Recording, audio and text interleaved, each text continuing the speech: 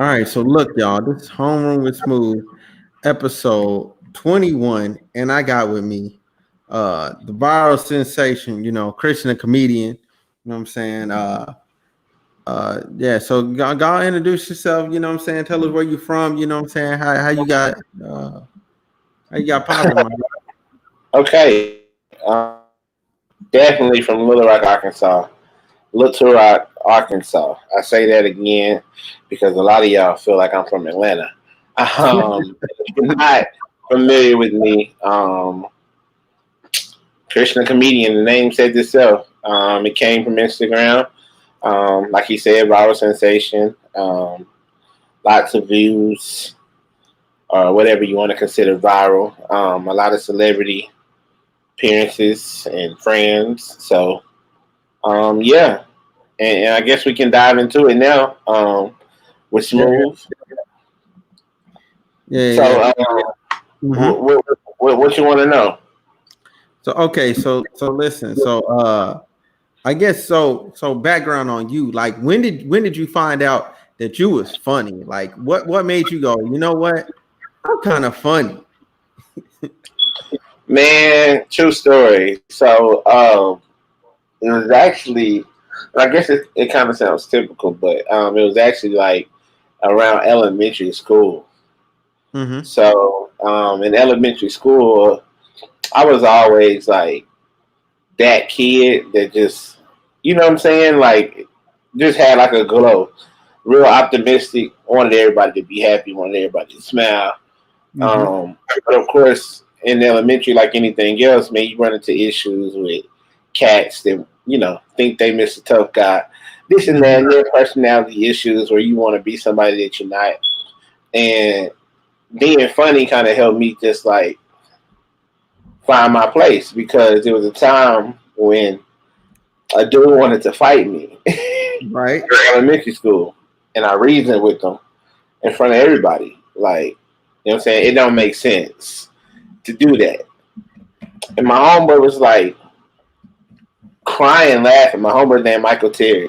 He was like Mm-hmm. crying, laughing at me, but not in a way like, bro, you didn't want to fight. It was just like, bro, that was funny. Like, and when he told me that, some click with me was like, huh?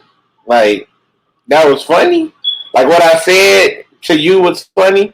I've always knew about the act of being funny because my family, bro, it's all in my family. My uncles, my aunties, my mom, my dad. Like being jokesters, being funny is not something that people don't know about, if you know what I mean. Like, Right. but when he made that statement to me, it kind of was like, oh, bet. So if that's what we're gonna do, then that's what Mm-hmm. I do because the reaction I got from the people around that, you know, kind of generated me to be like, all right, cool. So if I ever get in a situation where I gotta do anything, it's try to make people laugh, to be cool, to be the cool dude. It's let's try to make people laugh, and that's kind of where that whole yeah, I think I'm funny came from. Okay. Okay. I feel that. I feel that. I feel that. You know what I'm saying? I'm not even remotely as close to this funny, man. Like in elementary school, people stepped in. My Nonsense. yeah, he's like, nah, don't do that to Smooth. Don't do that to Smooth. He a little dude. Don't do this to Smooth. I ain't even remotely as funny. I had no out. It's such a Man, subjective term, man. Because I mean, funny is different for everybody.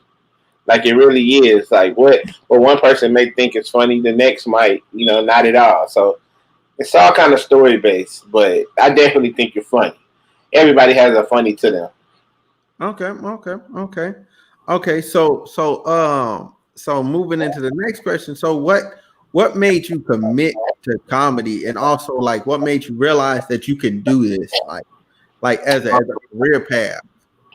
True story. Uh, Kind of had to. um, and not in a way like you're forced to do comedy, but it was the thing that worked.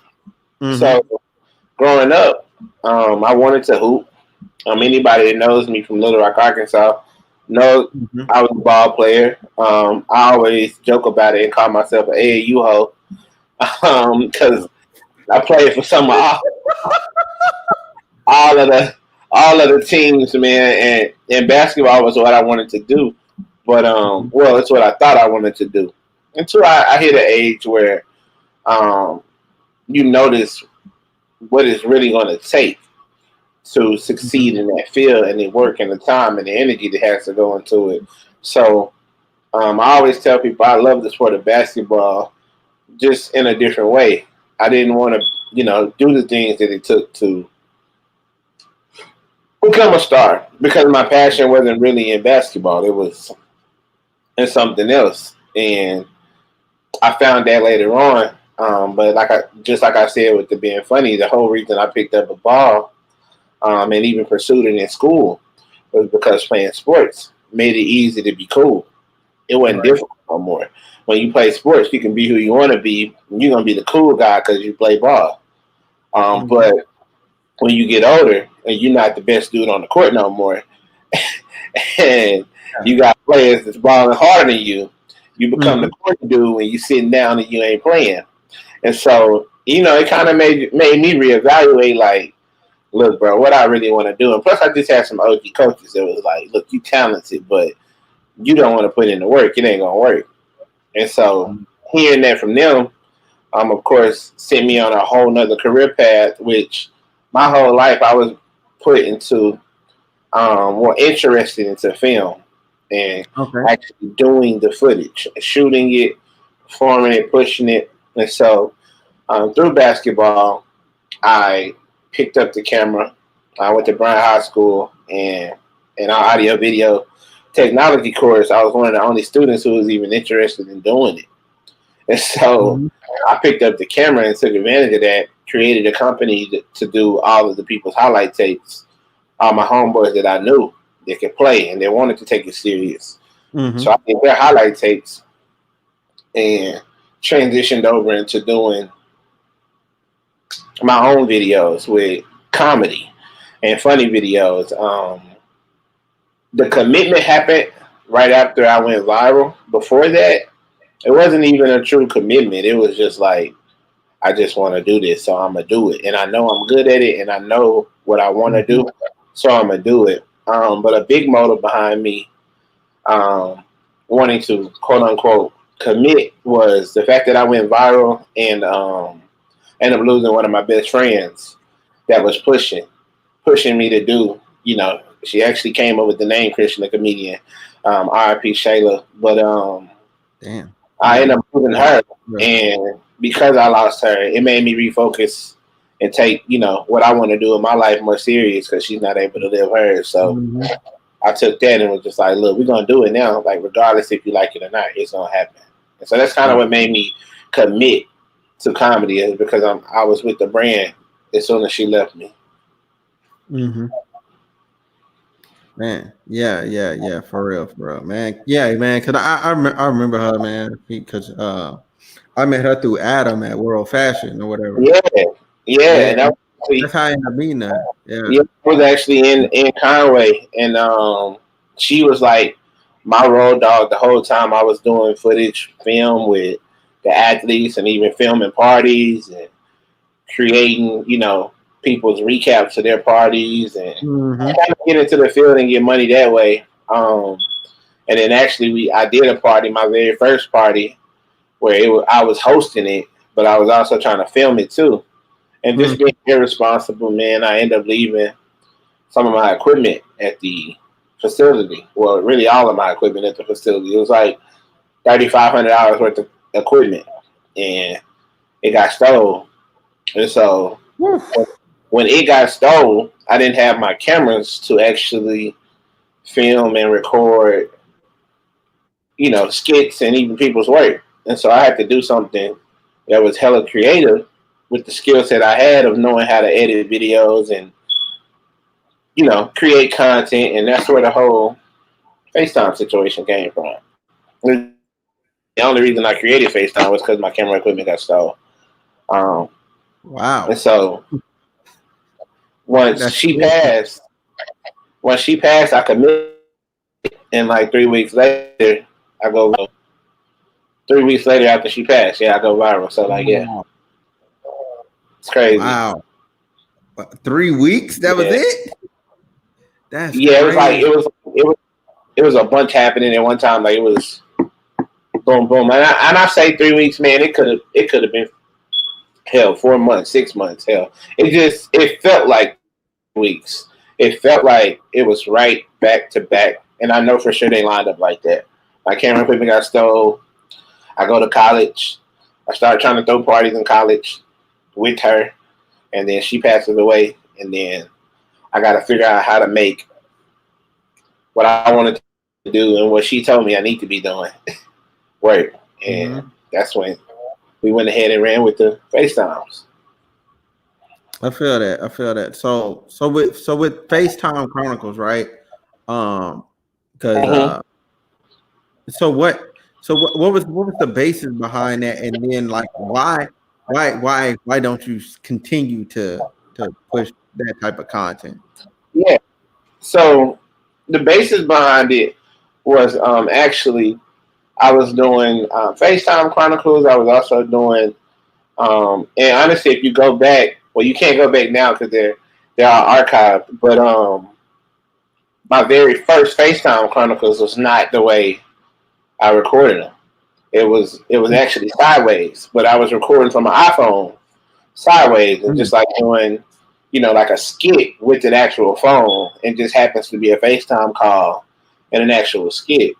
And so when I did it the first time, it was just like ah, the reaction I got from people was just another, couple of my homeboys laugh, a couple girls laugh, a couple shares, but nothing really like, it just really Yeah. hit the people that connected and landed. And so I made another one with Bundle of Brittany, and it was just an easy edit. It was I didn't do like any crazy hang ups and nothing like that. It was just I was just on the phone with her and at the laptop.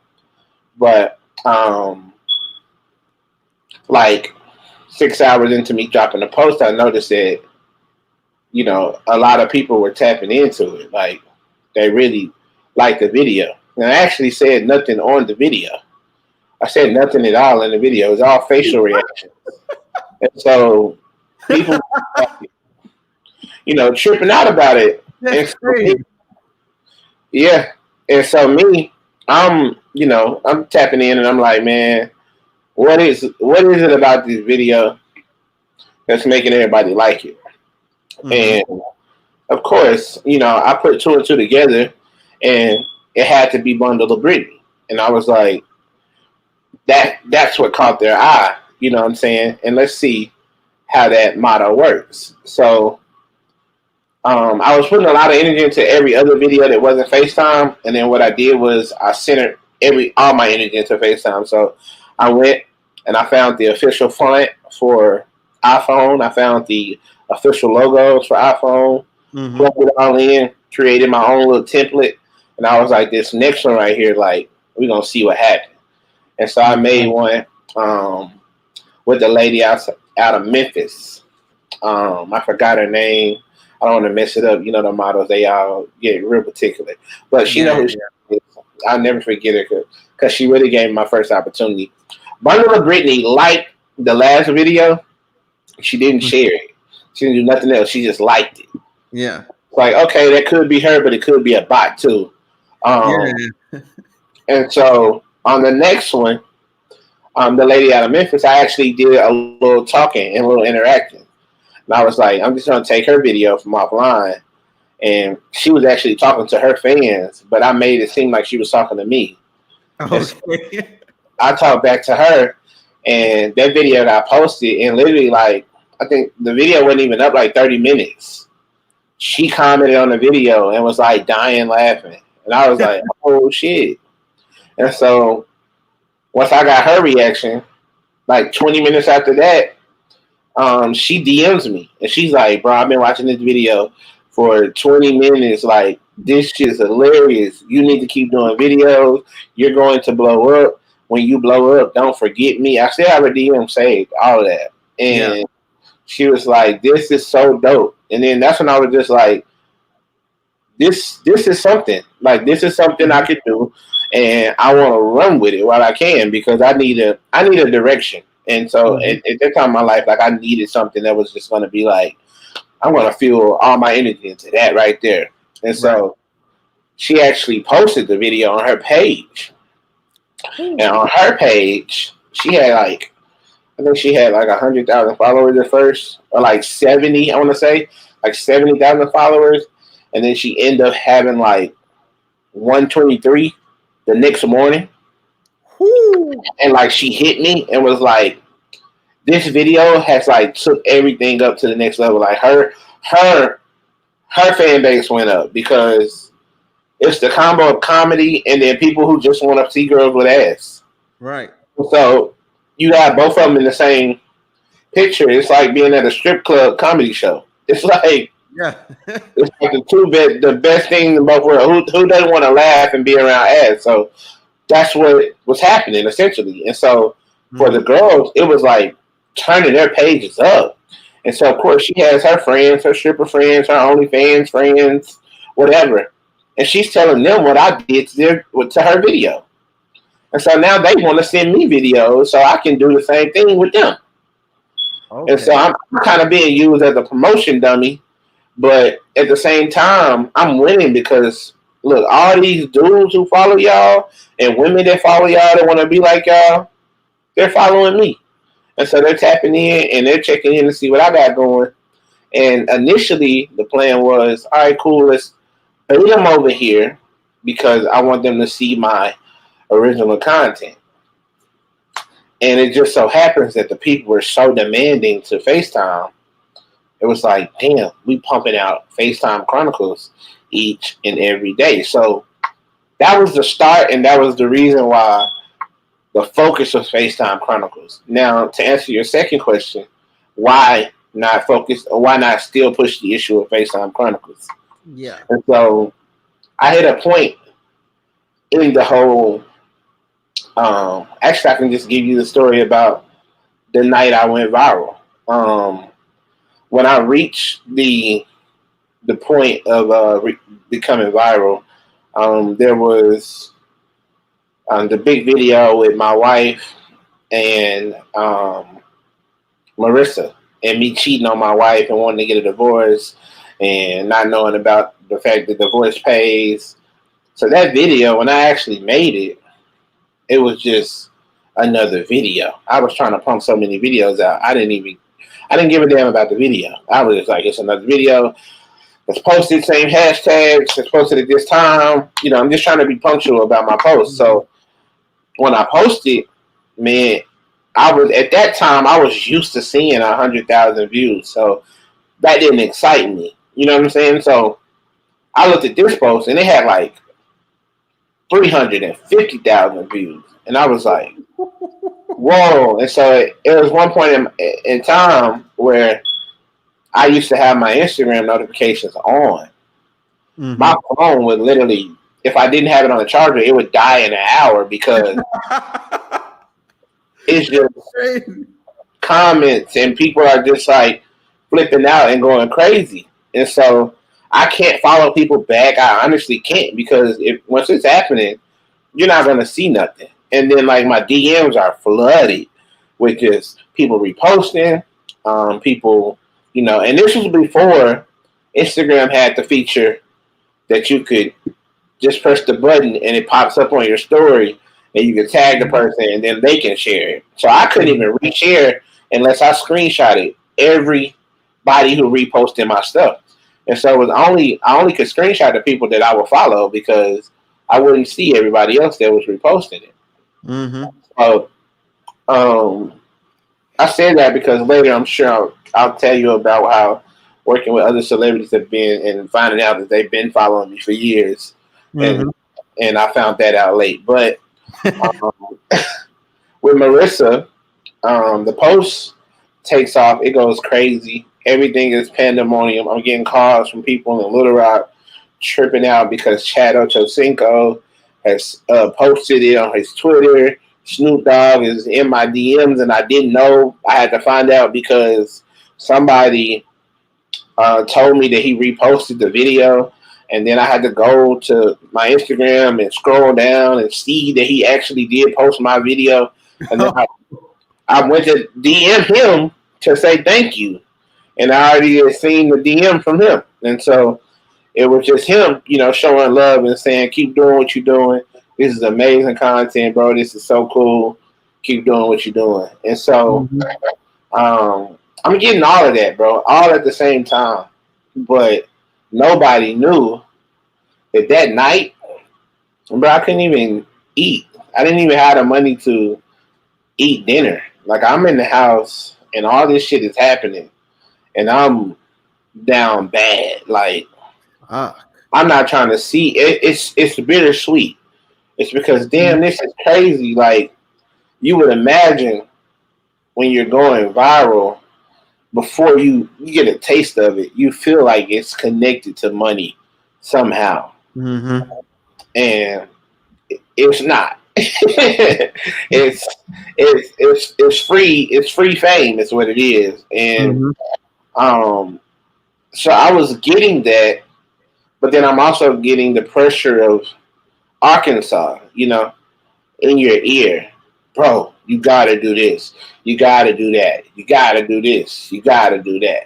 And it's like there hasn't been nobody here that has done this. So Mm-hmm. when it comes to listening to someone, I don't know who to listen to because everybody, y'all are seeing me do this for the first time, and there's nobody to resort to.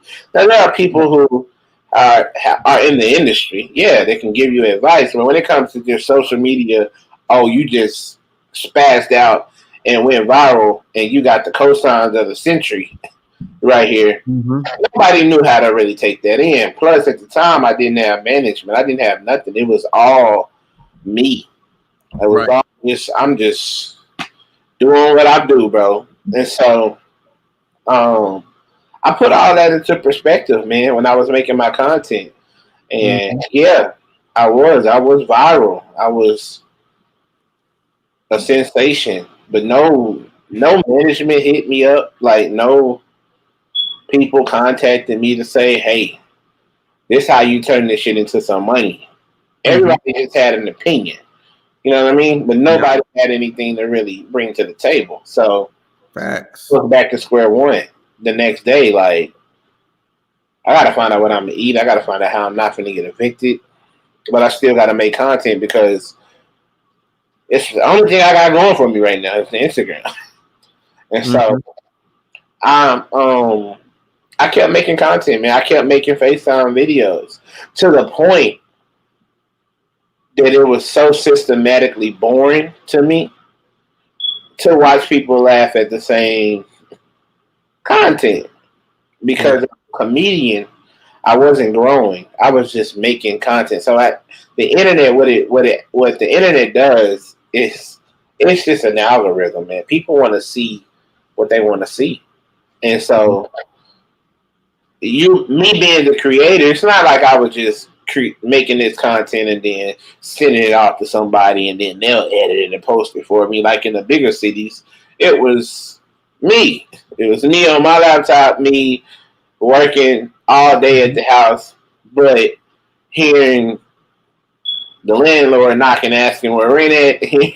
It's real life problems happening out here. But right here on the phone, I'm amazing. And that was an issue for me. That was an issue for me for a long time. Like, bro, this not what life's supposed to be like. Now the fame is amazing. Don't get me wrong. The fame is amazing, but I need to do something that's gonna make people call the phone lines and spend some money. Mm-hmm. This right here ain't doing nothing. And so that's when I jumped into comedy.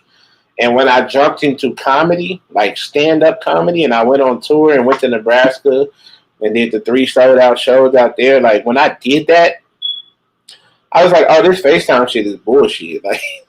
Like it's nothing. It doesn't do anything. It won't even enhance my stand up performance. It's just content.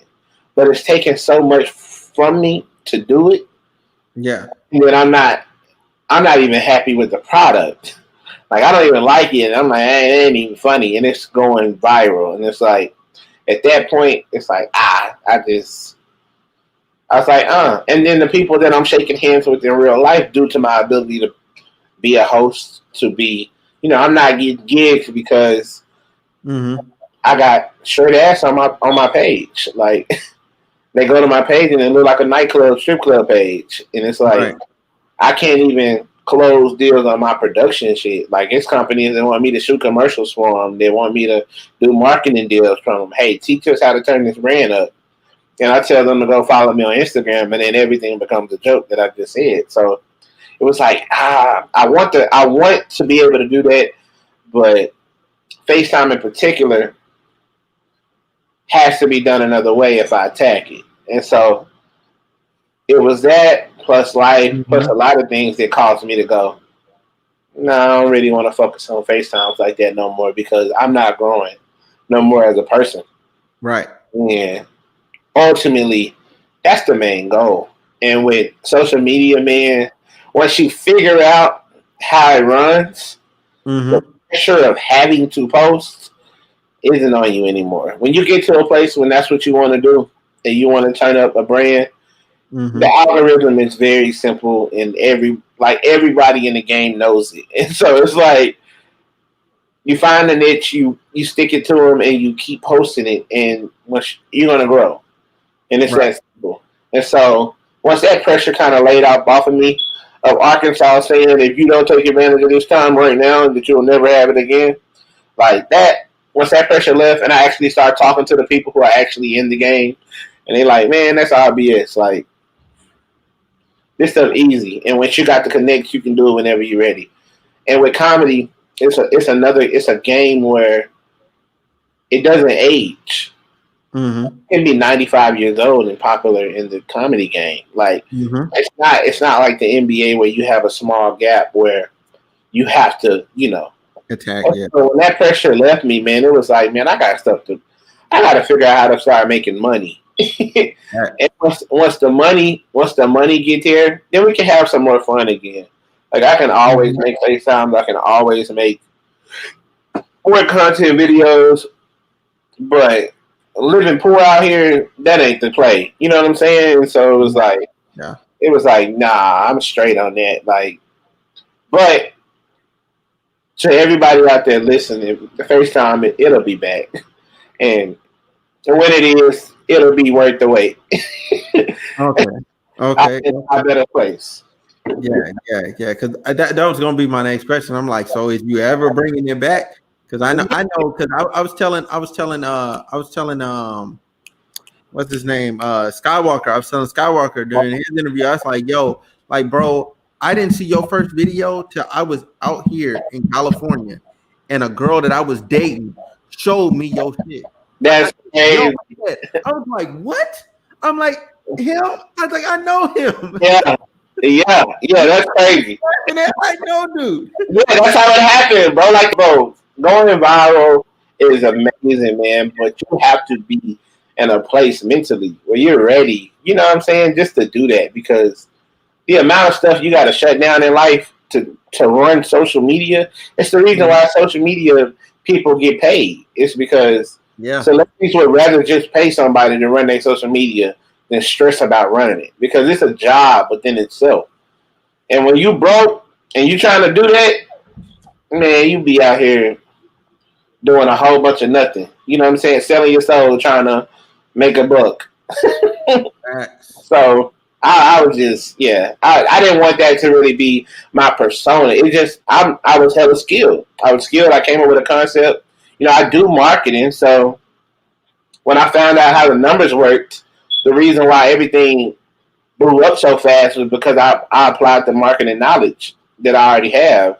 And I also applied my ability to edit to come up with such a cool FaceTime scheme because till this day, people are DMing me asking me what app I'm using to make the video, and people think I'm really like recording the video and the app is just doing it, but I'm really producing that. Like I'm in the, I'm producing it, and I own a whole production company. So it's like people don't even know I do half of the things that I do because of FaceTime. But FaceTime is literally the only thing I've ever done that never paid any money. And so it's like we gotta rebrand. It's like, yeah, we gotta rebrand. Okay, okay, okay. That's true too. So do you still feel like so you do feel so yeah, do you still feel like FaceTime is your most valuable asset that you kind of like just shelved and like Yeah, for when you're comedy, ready, yeah, and for like when you're ready, comedy, you pull it back? it's no doubt for comedy. For comedy, no doubt. My most valuable asset to the game right now is going to be the FaceTime. If I walk into a room, if I got to talk to Comedy Central today, or got to talk to Kevin Hart's Laugh Out Loud production team, or Wild and Out, Mm-hmm. the thing that we're going to bring up is the FaceTime Chronicles, because it hasn't been done by anybody, or it's the only thing I can put a stamp on. Like, nobody else has done this. People have tried it. People have Mm-hmm. tried to do, like, you know, put the box and play like they're on the phone, but the actual FaceTime Chronicle, like, that the phone rings, and then even people, if you go pay attention to the videos, now that we're speaking about it, as the updates happened on the phone in real time, the updates happened on my FaceTime videos. All the slide-in effects, all of the text, you know, invisible ink. I added that to one of them one time before. Like, it was. Yeah, yeah. Like, bro, your videos is cold. Like, was cold. Yeah, Like, I'm just gonna give you straight out. Like, them appreciate was it. cold. Appreciate it. Yeah, and that's I'll definitely say, like, that's a hell of an asset right there. A hell of an asset.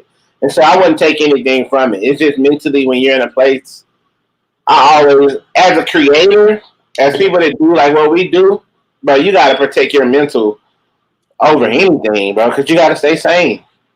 facts. You'll go crazy. You'll go crazy, man. So in the future, like, so what can we expect from you going down the line? Like, what can we expect from Christian the comedian? Man, it should get crazy. So, um, um, in the future, man, you definitely can expect to see more of my personality. Of course, I'm in radio now, heavy. Mm-hmm. Um, so I'm taking that Ricky Smiley approach to the game. Definitely going to see Mm-hmm. that more. Me in stand up, me actually on stage with people and telling my jokes and telling my story. You'll see that more in the future. A lot of people ask in the beginning why I didn't do stand up. And you really have to be someone who understands comedy to know why somebody like me wouldn't have done stand up. But the essence of comedy comes from struggling. Like, the art of even wanting somebody to laugh comes from a dark place. It's like, you got to be going through some shit. And honestly, I had a pretty good life. I'm not gonna lie. Like, all up into college, when I was struggling before, what I'm saying, before doing the FaceTime videos, but I had both of my parents, what I'm saying. I got friends who really had some bullshit issues. I ain't really had Mm-hmm. that issues. And so, coming into comedy, the saddest story I had was my friend Shayla and my stuff being stolen. Yeah. Was it.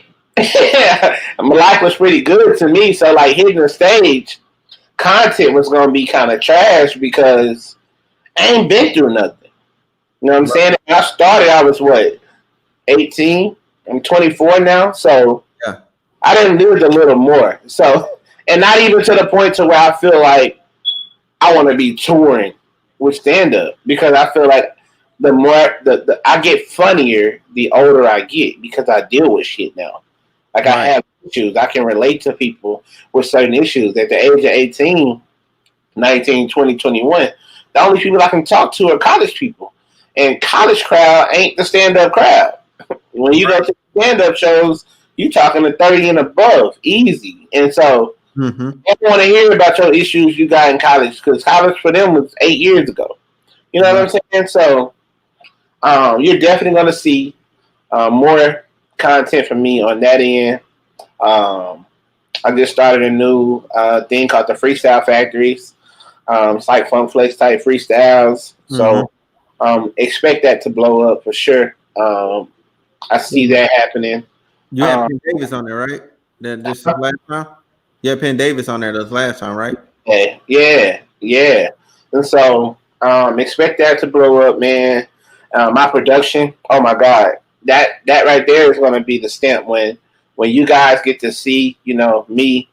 I'm recording a lot more behind the scenes, me behind the laptop, me doing my graphic work, me doing my video work. That producer side of me, the Ricky Smiley and the Jordan Peele of me is what you know could expect to see. Mm-hmm. The producing side, man, me putting my pen to the paper. So you're gonna see the stand up comedy side, but you're gonna see also my comedic side for writing. Um, I'll be posting that content, pushing out that type of work. Um, and if all thing goes right, man, we'll have our comedy network down here in Arkansas with a big full production studio, so the people here and the kids here can get access to the stuff that I wish I had access to, man, early on. Mm-hmm. Because the earlier that you get them, the better. But just more of me. Um, Everybody right now knows Christian the comedian, but Christian Washington is who they're finna see. Mm-hmm. And the comedy, man, you gotta love it. Like it's only gonna get better the older I get. Right. Like it's like the more shit I gotta deal with, the more shit I'm gonna talk about. When I was making FaceTimes, man, I ain't have no white problem. That was made up content. You know what I'm saying? So Mm-hmm. it didn't resonate with me. But like now, if I was to tell you about some issues with women, it'll be a lot funnier and a lot more accurate because I didn't really dealt with them. Right. So, so yeah, in the future, man, it's definitely bright. A lot more collaborative work. I'm gonna definitely be tapping in and more cities more. You might feel like I'm touring a lot, but I'm gonna be using my connections that I have out in other cities a lot more. And then also just man looking to be a mentor early on Mm-hmm. for whoever else wants to come up and do it. I really want the kids, man, because I really feel like they're where the next generation lies. Mm-hmm. And I feel like if I can mentor to them early while I'm still in the game, it's gonna, have a way bigger impact than somebody who's already OG'd out and what I'm saying, don't have an interest in really walking you through the steps, but they'll tell you. So Mm-hmm. that's it for sure. Oh yeah, for real. Yeah, man. So yeah, that was it. That was all the questions that I had, man. So if you want to plug anything else, if you want to shout anyone out, like this your time, this your chance, like you know what I'm saying, do whatever you want to do. Well, man, it's easy. Shout out my family, my mom, dad, brother, all my people that's been supporting me, been riding with me, man. It's love. We're gonna go crazy from this year's to years on. You see my Instagram, everything wiped off now, but that's because better content is coming. Shout out SMG, you know what I'm saying? Skywalker Management Group for actually taking me under their wing. A little too late. Nah, I'm playing with them. But shout out Peace Move, man. 96 Fighter Box. Um, my social at Christian the Comedian on all platforms. Mhm. It's really not the case on Twitter, but if you type in Christian the Comedian, you're gonna find my page. Anywhere. YouTube gonna be coming out soon. Podcast coming out soon. Um, stay along for the ride, man. It's finna get wild. It's finna get crazy. I feel that. I feel that for sure, man. So again, like thank you for coming on, bro. No problem, man. Yeah. No problem. It's all love. Oh yeah, for sure, for sure. But yeah, man, again, yeah, thanks to Skywalker Management Group for coming through. You know what I'm saying? I done had the whole team through here in 3 weeks. Yeah, you put a model in the game. Yeah, put a Whole model team in the 3 game. weeks. You know what I'm saying? Next Sunday, y'all look out for Penn Davis. He gonna come on through the show. It's For love. sure. Yeah, but that's it, man. So thank y'all Appreciate for coming it. on.